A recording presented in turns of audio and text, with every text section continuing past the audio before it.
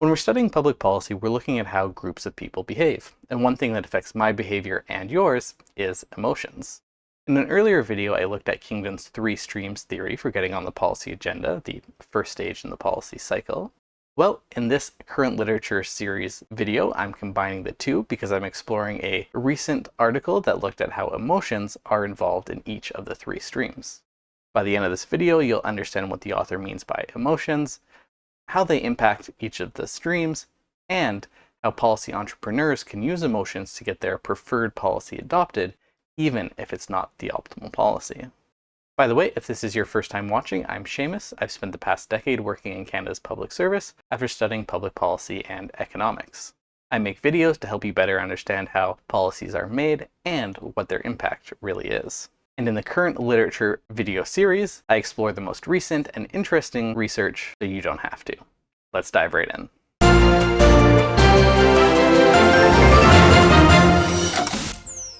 This article comes from the Policy Studies Journal, a highly respected journal in public policy, and is titled An Emotional Perspective on the Multiple Streams Framework. The multiple streams framework being another term for Kingdon's framework. It was written by Dr. Moshe Maor, a professor at Reichman University who also has extensive history at Hebrew University in Israel. He completed his doctorate at the London School of Economics. While this article focuses on his work on emotions in public policy, he is also well known for his work on disproportionate policy responses.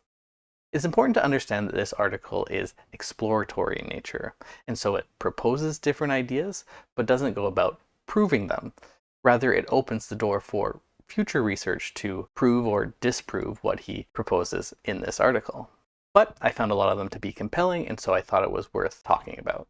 I'll leave a link to the full paper in the description of this video if you want to check it out in full, which I encourage you to do because of course it goes into more detail and provides references to other work related to this topic.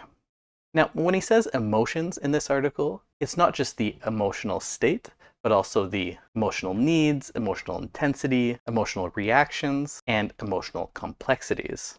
Not just that you are sad, but how sad are you? Why are you sad? How does being sad impact you? And what other emotions are mixed in with the sadness? It's really getting into the world of political psychology. So let's look at each stream in turn to understand how emotions impact whether or not that stream is opened or closed. Let's start with the problem stream. The problem stream is about determining what problems we need to solve with public policy. Emotions impact our perceptions and how we derive meaning from new information.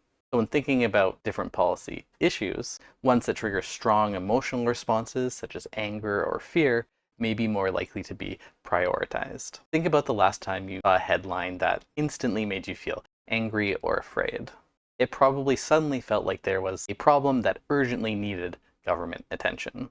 You will often see this at play on social media, with different political actors trying to evoke emotions to make you believe something is a problem that needs government intervention. Not just presenting dry facts that could lead a rational person to conclude there's a problem, but actively framing them to evoke an emotional response. Kingdon himself spoke about the importance of a focusing event. And one reason these are so important for highlighting a problem is because of the emotions they elicit. Not just that they reveal a problem. A good example of this is the demand for gun reform following a school shooting. The event itself doesn't change the facts or even the likelihood of a shooting, but it does change the emotions around the issue as people are angry or sad about what they're seeing. As you can see, the problem stream can be opened not just by increasing awareness or changing facts, but by changing emotions around the issue. The article asserts that there may be little political reason to address a policy problem that doesn't evoke emotions. I don't know if I would go that far, but it's certainly an interesting suggestion. If you were scared enough, would you choose a less effective policy just because it made you feel better? Well, the policy stream can be seen as more dispassionate than just a technical exercise of choosing the right policy tool for the problem you're facing. According to this article, emotions can also play an important role in the interpretation of different policy solutions. They can impact the perceived feasibility, effectiveness, or desirability of different policy options. Also, fear and anger can make different policy responses feel more urgent. especially when we bring in different behavioral economics ideas that I've talked about in recent videos, like loss aversion, where potential losses can feel more emotional than potential gains. So the policy options that rise to the top may not be the ones with the most objective benefits, but the ones with the most emotional benefits. A good example that's highlighted in the article is around crime and punishment. Longer prison sentences may lead to higher rates of recidivism and ultimately make people less safe, but it can be a policy solution that helps people feel better by addressing the fear and anger that people feel in response to crime. Ever wonder why some issues dominate political debate for months or even years, despite facts not changing, while others seem to disappear overnight? The answer could be emotions. Central to the political stream is the idea of public mood, or the emotions of society at large. Policymakers and interest groups will respond to what they perceive as the public mood to advance their own interests.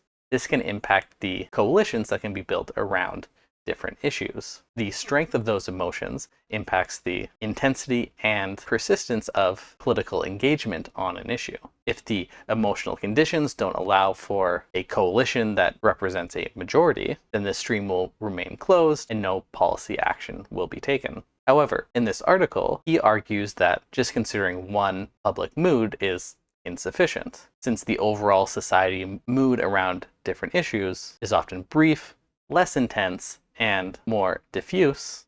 Emotions at the individual level, such as emotions tied to well-being or achieving personal goals, can be more long-lasting and intense, thereby leading to a longer, open political stream, but that can be less obvious. While this article highlights the importance of emotion in each of the three streams, the author does acknowledge that emotions were implicitly included in the original streams theory. But this article takes it one step further and proposes that when we put emotions front and center, not only can we talk about a policy agenda window, but also an emotional agenda window when we see that all three streams are open because of strong emotions. This also leads to the idea of an emotional policy entrepreneur, a policy entrepreneur who is acutely aware of the emotional conditions and can push their preferred policy through an open emotional window, again, even if it's not the objective optimal solution.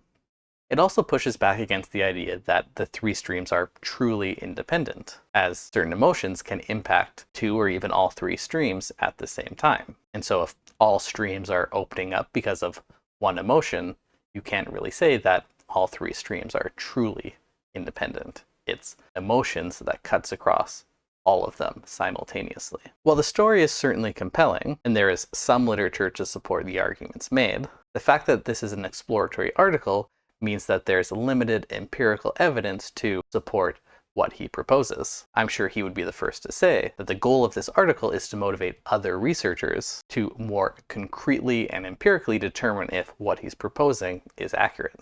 Now, one of the challenges that these other researchers will have in trying to prove or disprove his suggestions is the vagueness of the definition of emotions that's provided. Other researchers will need a more concrete definition to really assess the validity of his suggestions. Now, this will likely come from the world of political psychology, but an agreed upon definition would be helpful in better testing his theories. Another limitation that could exist is while we may agree that emotions are important, this article risks downplaying the importance of other aspects like material interests, institutional constraints, and rational analysis that are also important for determining the opening or closing of the different streams. Also, adding emotions and an emotional agenda and emotional policy entrepreneur adds complexity to the original framework. The original framework was widely appreciated for its simplicity. So the big question is, does this added complexity help enough to justify diluting the elegance and simplicity of the original? Again, I encourage you to check out the full article linked in the description of this video so you can learn more and maybe come up with a different opinion on that question. But that's it for me. If you enjoyed this video, please like and subscribe, and I will see you in the next one.